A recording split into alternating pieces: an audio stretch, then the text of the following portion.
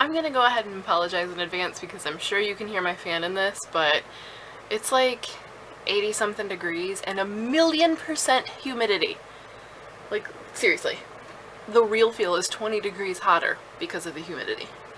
I just can't take it. Fan is staying on and actually turning it more toward me. Alright, so I've been trying to get better at reviewing for you guys all of the things that I read, more than just, you know, little mini reviews, actually sitting down discussing things. So I figured I would kind of wrap up some of the things that I read for the 30-day book binge. I already did one review video of the trio of weird, which was Conjured, A Face Like Glass, and The Hitchhiker's Guide to the Galaxy, all of which were totally just bananas in their own unique ways. So if you want to see that video, it's, you know, linked somewhere, wherever YouTube has decided is the place to link things now. But today I thought I would look at a few more of the books that I read for the 30-day book binge. These guys. As well as Yes Please, which was an audiobook, so I don't have that to kind of hold up for you, but I'm sure you've seen the cover. It was everywhere for a while. And I'll go ahead and start with that because I don't have a ton to say, but just basically that I'm really glad I listened to this on audio rather than reading it. I think I still would have enjoyed it had I read it, but hearing Amy Poehler be her kooky weird self, and the addition of special guests and some of the banter that you get and some of the riffing that she does kind of in between chapters or on whatever she's talking about, obviously you wouldn't get that if it was printed. So I think it was the correct way to go. It added an extra layer, and I think it also made it feel more cohesive because it's not a cohesive memoir. She jumps around a lot, she foreshadows and then backtracks. Second apology, there's going to be some shaking because, oh, he got away from me. Come here. This little buddy is playing with the tripod. Look how big! Look how big! Can you even believe it? Look at the face! For those of you who have been asking about the kittens and about the kittens' names, I didn't name them, though I had nicknames for them, because I knew that they were all going to be going to other homes, but this one's not. Did I need more cats? Of course, because you always need more cats. And he's perfect! Anyway, it's not cohesive. She does a lot of weirdness, you know, it's very intentionally weird at times, and I think that was the number one complaint I saw from people who had read the book, and even some that had listened to the audiobook. Maybe it would make it harder for you to follow if it was an audio, because obviously you can't just flip back and forth and be like, I lost the thread of this somewhere, what's going on? But to me, it made it feel more conversational. You know, conversations aren't linear. People jump around. You have a thought, it pops up, and then you suddenly go off onto a tangent. I mean, it just feels more like you're sitting and talking to a friend. That was one of the things that really made it work for me. I also think hearing Amy be self-deprecating and hearing how she's kind of being a little bit snide sometimes, even towards herself, takes a little bit of the sting out of the less flattering portrait that she paints of herself, because you know, she's honest and she talks about her flaws, and some of them I think normally would really make me like, I really have a problem with that. You don't go through people's medicine cabinets. I hate that so much. I hate nosiness, and she talks about being really nosy. But because you're getting to hear her and you're hearing how she's aware that she's being an ass, you know, and she's just kind of like, this is who I am.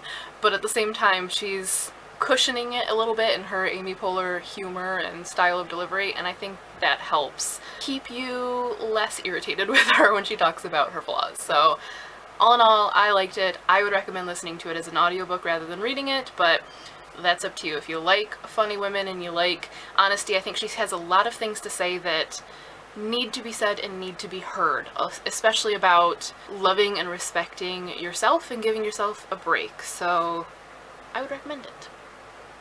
Moving on to one that I didn't like quite as much, and possibly liked the least of anything I read, though that being said, I liked it, but that is JINX by Meg Cabot. Now, partly I went into this with expectations kind of up here because I have friends, especially a good friend of mine who I tend to agree with, and this is an IRL friend that, you know, is in my book club and we sit and we chat about books. She's a librarian, I trust her.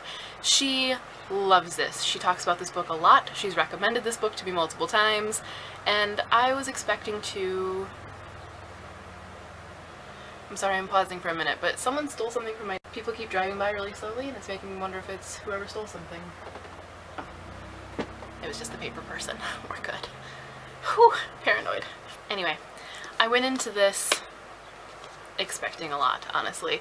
And I had never read anything by Meg Cabot, and people adore her, and this one sounded really cute, and I love the cover. So I was wanting to love it, and I ended up just finding it really a little bland. I liked it. I think if I had read it when I was a kid, I would have liked it more. Like 11 or 12, this would have been right up my alley. But it was a little soft, you know? Like, she doesn't push the envelope at all. The character, things come easy even when they're kind of hard. You know, even when the stakes are high, I didn't have any doubt that it was going to turn out okay, even for the villain, you know? It felt very wholesome. Not that there's anything wrong with that, but it wasn't what I was expecting and wasn't necessarily what I was in the mood for. I think she could have pushed a little more. I think even if you're writing for a middle grade audience, you can make the stakes feel real, and you can make the sort of morally gray issues a little more predominant. It doesn't have to be too good versus too evil. It doesn't have to be over the top and cheesy. I think that kids will appreciate it. You certainly can push the cheesiness level in a younger audience. They like that, but you can distinguish it a little bit from everything else out there, I think, if you just develop it a little more. And I think that sometimes, not always, but sometimes, books seem like they're being written down to kids when you don't develop it a little bit more. So that said, I did enjoy it. I read it really quickly. I read it in a day, and it was fun, but it's gonna fade from memory pretty quickly, I can guarantee that. And it also is maybe not the greatest introduction to Meg Cabot, because I have a lot on my shelves and I'm like, do I want to read it? So it just is what it is, I guess. Stop it. Stop it. Stop it, you jerk. Stop it! Oh my gosh. Just stop it. You're so precious. Oh, you're precious. Moving from that into one that definitely didn't pull any punches, and that is Berserker by Emmy Laybourne. This will probably be the earliest review I've ever done, because this doesn't come out until October, and I probably shouldn't be talking about it yet, but I know myself, and I know that if I read something really early and say I'll remember, or say that I'll go ahead and write the review after I read it and then just post it later, I won't. And by the time it comes around, I'll have forgotten everything I want to say about it. So I'm just gonna go ahead and review it really early, and then I'm just gonna link back to it when it's time for it to come out. So, you know, putting this on your radar now. I talked about this a little bit, and how it is a Viking meets the Old West fantasy, and how I love Old West fantasies. Like, I really love old westerns with an even older world kick and some fantasy elements. I just do. That should have been on my buzzwords and deal breakers list back in the day, but I don't know if I realized it then. But there's something about the whole new frontier and the wide openness and the discovery that really lends itself well to fantasy discovery, and it's just, it just hits that spot for me. So this had that, and I really liked how it came together on that score. Beyond that, I think it really doesn't pull any punches. It's violent and gory and bloody, and the stakes definitely felt high. I definitely felt like any of these characters could die. Anyone could lose limbs, anyone could end up in jail or hung. Would you knock it off? Okay, you gotta go. You're stupid. You're just stupid now. Now we're crooked. As I was saying, it definitely felt like someone could end up swinging from the gallows on this one. You know, there's risk, and you feel the risk. You feel the risk not only in the fact that they're essentially being hunted for what they are, but also they're in the wilderness. They're trying to trek through very dangerous territory during blizzard season. I mean, all of the elements that should feel risky did feel risky. It was really, really well done on that. I think a lot of people also like it in that it avoids some of the stereotypes when it comes to the powers. So the Berserker, the one that's really dangerous and will rip people apart, this sweet little innocent girl right here. I think the main character and all of the characters, honestly, are really going to draw people in. You're going to want to root for them, even when you're like a little bit horrified by some of the things that they're doing. The mythology and the way the sort of Viking lore is used is really interesting and I think really well incorporated. You get a good sense of place and openness and loneliness through it, and I just think all in all it was really well done. Some people might not like the romance and the quickness of it. It worked for me. I wasn't bothered by it, but for the most part, I think the only way you won't like it is if it's just not the type of book for you, because otherwise I think it was really well executed and very engaging. I tore through it. I was waking up wanting to read it. Big thumbs up for me. And I'll be talking more about it in October when it comes out. Lastly in this review is Roar by Cora Carmack, and I've got to say this one is just a go with it book. You gotta just trust me, because when I started this, I was so ready to just be like, nope, not doing it. Like, I was ready to kind of roll my eyeballs right out of my head and just be done with it, because it was hitting a lot of those super, super cheesy, uber romance fantasy novel points. It was just like flashback to the days of everything that came out post-Twilight and just had to be over-the-top triangle, and I was just not feeling it. But either at some point you just kind of become brainwashed to it, or it just kicks it into another gear, because though it doesn't ever let go of the romance aspects. Cora Carmack was a romance writer before this. That is very, very evident in this, and if you don't like romance, you might not like this. But there does come a point where it just becomes so engaging and so not what I thought it was going to be. If I had given up in the beginning, I never would have known that the really kind of icky setup for the romance isn't what's happening. It's not what's going on. Eventually, it even got me to the point where I was glad for that early setup, because it gave contrast to what comes later.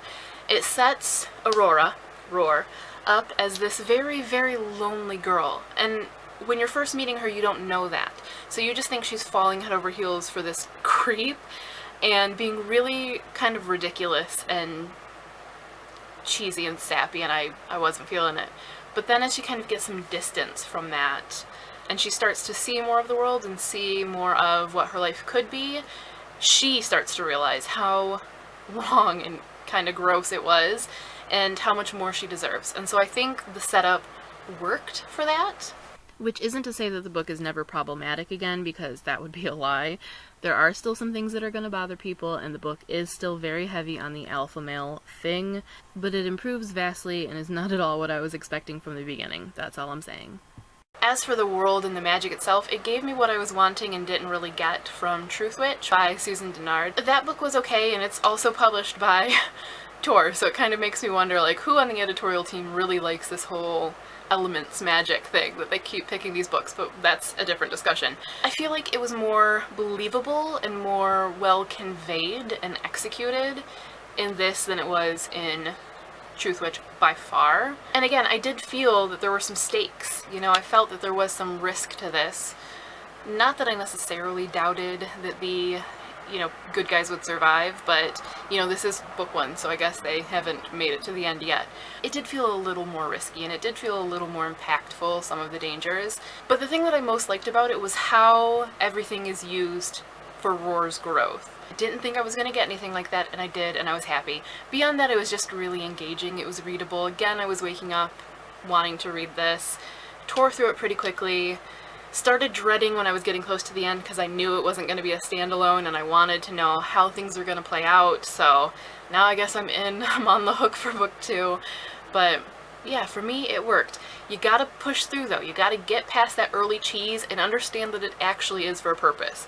And though the cheese will never completely go away, it does become bearable and actually kind of good. So that is all for this video. At some point I actually want to talk about the last book I read, which was Close Kin by Claire B. Dunkel, but this needs its own video, and it needs some more mulling time for me, because I am on the fence about this one.